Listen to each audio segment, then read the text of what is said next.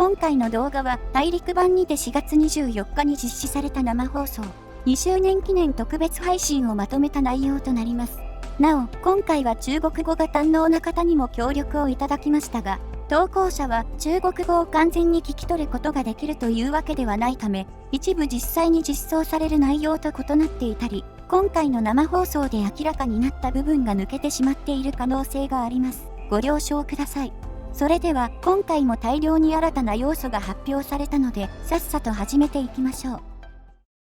まずはじめに、新規サイドストーリー、お鵜飼の下からを紹介。お鵜飼の下からでは、これまで断片的にしか語られていなかったアビサルやイベリアに関するストーリーが展開され、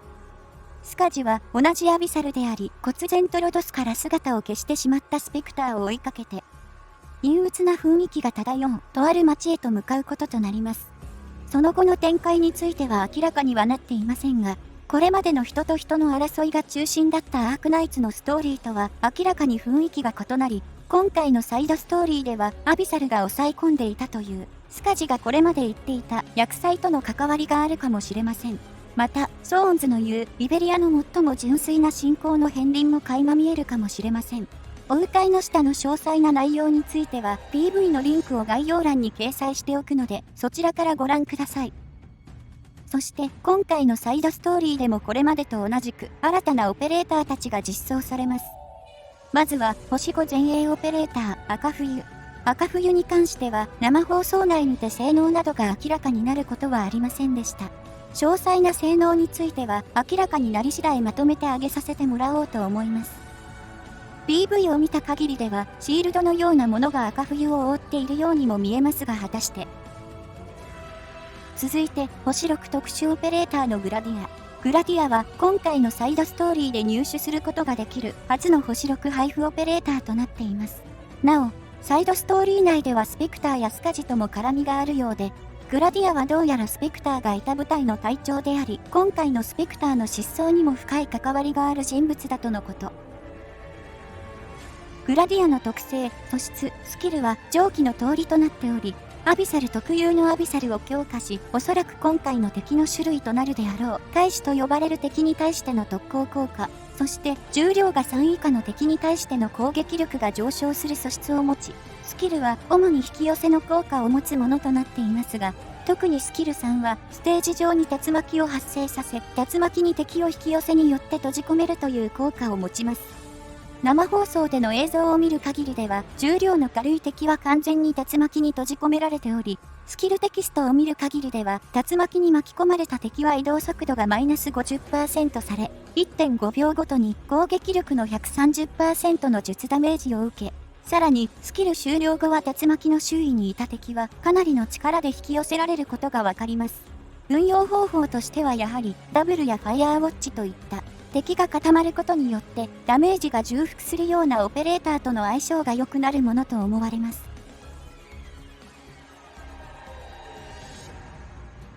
続いて星6医療オペレーターケルシーを紹介。ケルシーはご存知、ロドス医療部門のトップの人物で、前線に出ることはほとんどありませんが、自身の脊髄からなる怪物、モンスターを用いた戦闘を得意としています。大陸版のベータの際にはオペレーターとして実装されていたのですが、あまりにも強すぎるという理由でお蔵入りしていました。なお、その時の強さをレアリティとして表すと、星5までしかなかった時代に星7相当だと言われていたほどだったようです。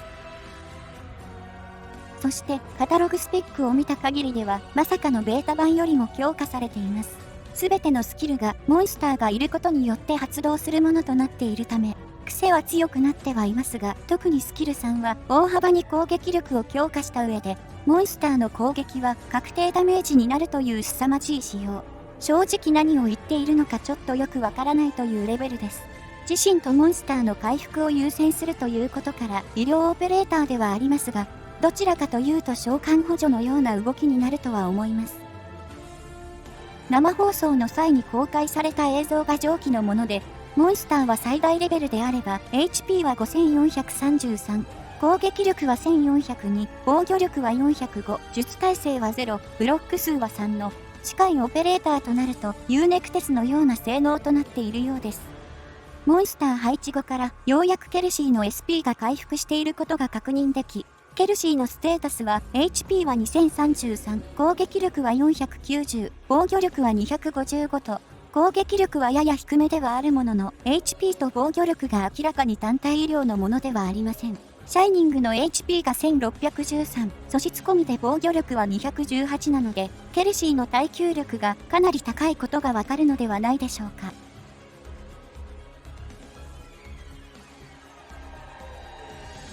スキル3発動後はこのように、モンスターの攻撃力は5047、防御力は1215となっており、さらに確定ダメージなので、盾兵すらわずか3発で倒しています。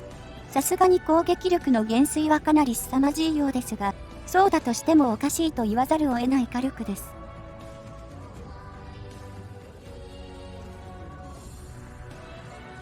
すでにオペレーターの強さの指標にもなってしまったパトリオットでのモンスターの火力を試した映像もあったのでそちらも紹介。さすがにスキル1回では倒しきれてはいませんが、それでも地雷なしで3分の2も削っていることが確認できます。なお、この際にモンスターは前方の敵を倒しきることができていないので、スキル終了後は HP の最大値の 50% 分のダメージを受けています。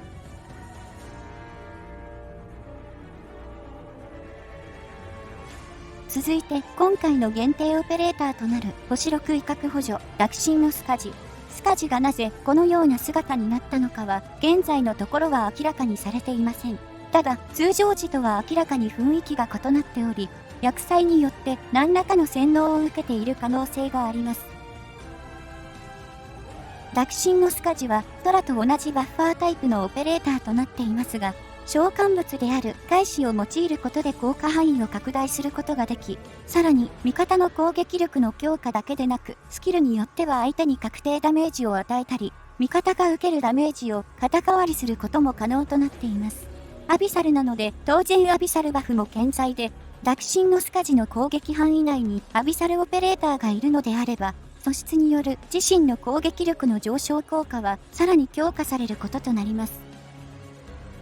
生放送の際に公開された映像が上記のもので、躍進のスカジは通常時は一切攻撃は行わず、常に踊り続けていることが確認できます。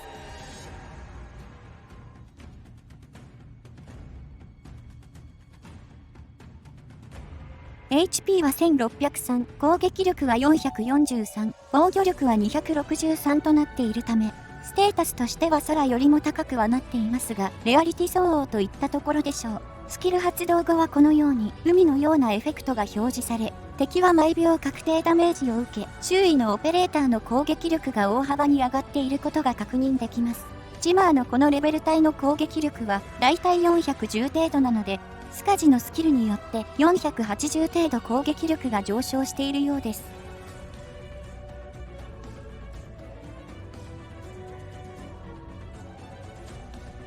再びパトリオットによるベンチマーク。ワルファリンのバフと返しの効果を重ね合わせたものとなっており、レッドとアシッドドロップの攻撃力は大幅に上昇。確定ダメージによってパトリオットの HP がどんどん削られていることがわかります。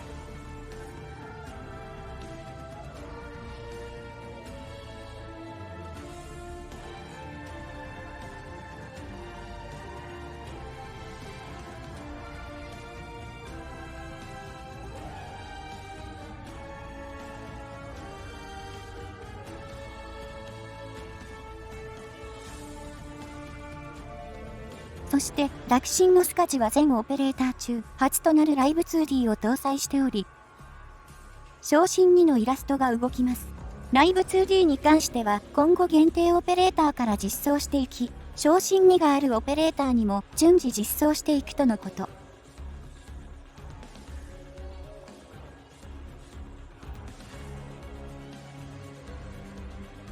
なお、躍進のスカジの実装に合わせて、すでにスカジの専用コーデを所持しているプレイヤーには、現在までに販売されているコーデの中から、コーデを一つ手に入れることができる交換券を配布するとのこと。躍進のスカジでは、通常スカジのコーデを使用できないので、それに対するお詫びかと思われます。なお、躍進のスカジ実装後に、スカジのコーデを購入しても引換券を入手することはできません。続いて、今回のサイドストーリーにて登場する敵を紹介。今回登場する敵たちには新たなギミックが用意されており、敵と接敵したオペレーターには専用のゲージが表示され、ゲージは敵に攻撃されるたびにどんどんと減少をしていき、ゲージがゼロになった瞬間にオペレーターは大ダメージを受け、スタンが付与されます。なお、ボスの一部内容も明らかになっており、今回のボスは移動することはなく、これまでとは違ったボス戦が繰り広げられるようです。続いて、同時期に実施されるイベントや販売されるアイテムについて紹介。今回もリミテッドスカウト恒例の10連スカウト券配布と毎日1回無料スカウトが実施されます。今回新たに星5オペレーターを一気に昇進2レベル1まで強化されるチケットも販売。好きな星6オペレーター1体を入手できるパックも販売されます。パック関連については日本版の1周年や8章実装のものと内容は変わらないので省略。プレイヤーネームを変更するアイテムも販売されます。初回のみ無料で2回目はおおよそ500円、購入は一度きりとなっており、一定期間ごとに販売はリセットされるものと思われます。日本版でも事前登録報酬として配布されたリスカム、サイレンス、プラマニクス、レッドの中からどれか1人を選んで入手できるチケットも配布。合わせて初期星5オペレーターの中から1人を選んで入手できるチケットも配布されます。こちらは Web ログインすることで入手できる家具。ログインをし続けて進捗率を上げることで微製材や石、素材なども入手できます。恒例の原石交換所のボーナスリセット。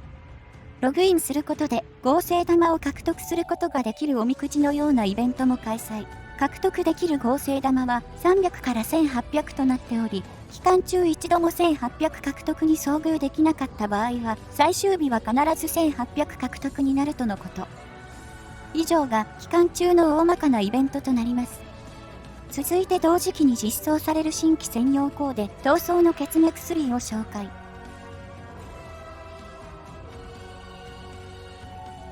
マウンテン、コクーン。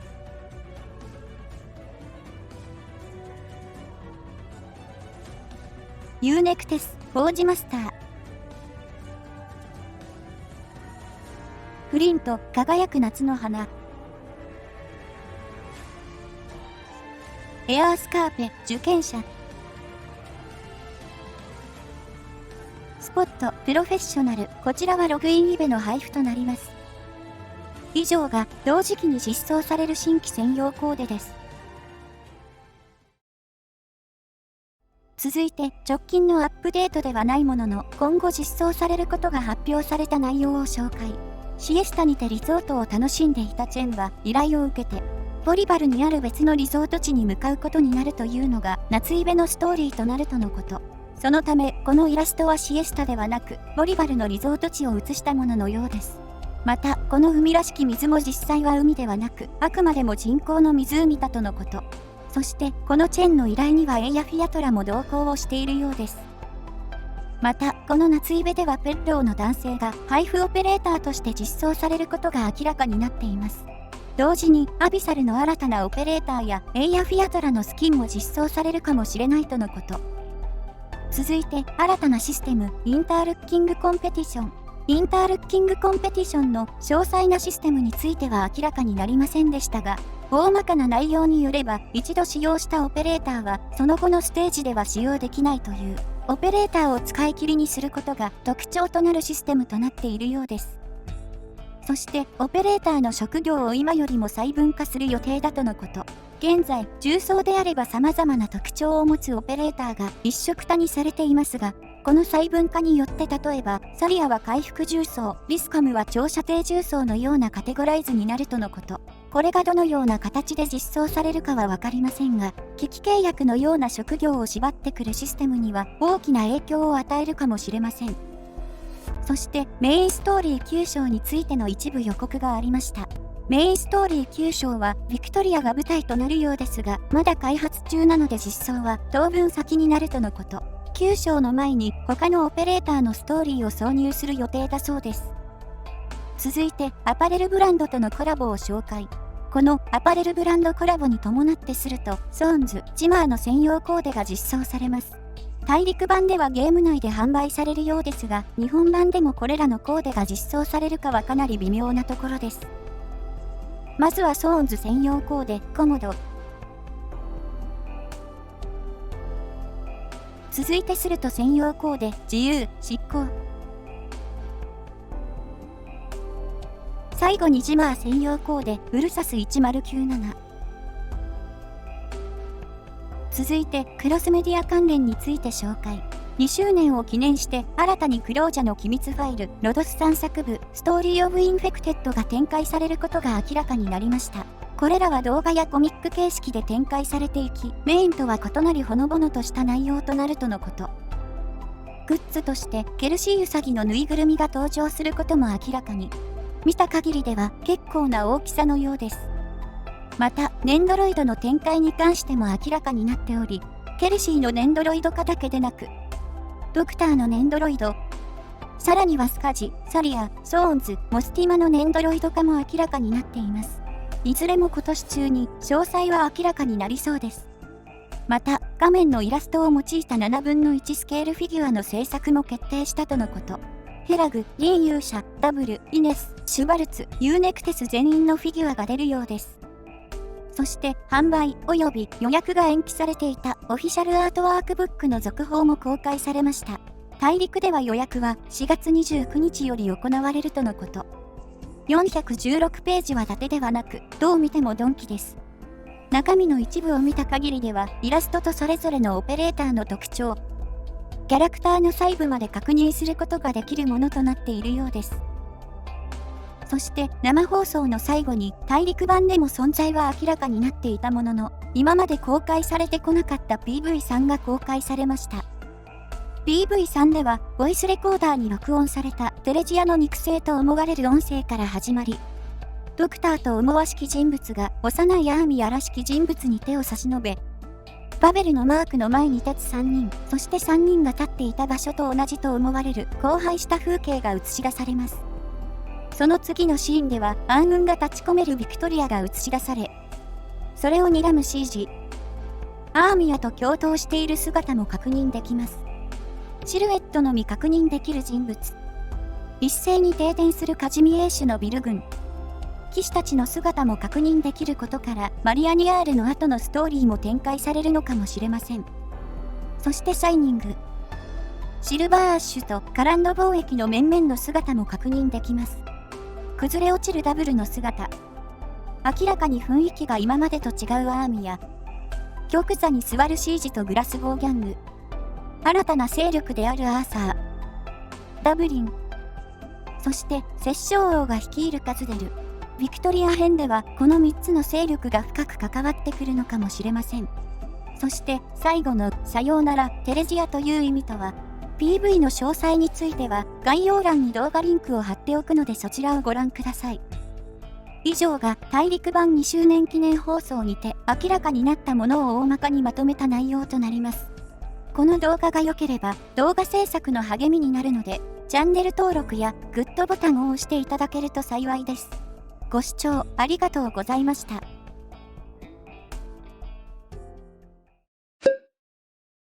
那这次我们依旧是让 Ra 来决定游戏内的奖励。来，3、2、1，转！转！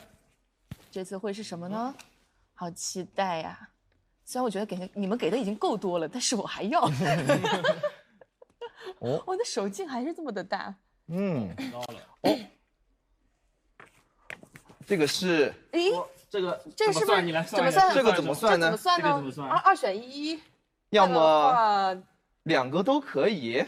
也不是不行，我觉得。话是这么说没错，那就当两个都有。那两个都那我有们，会获得多少倍的两个都有奖励呢种类已经是？2倍，好，对算这个数量。对，麻烦你了，大黄。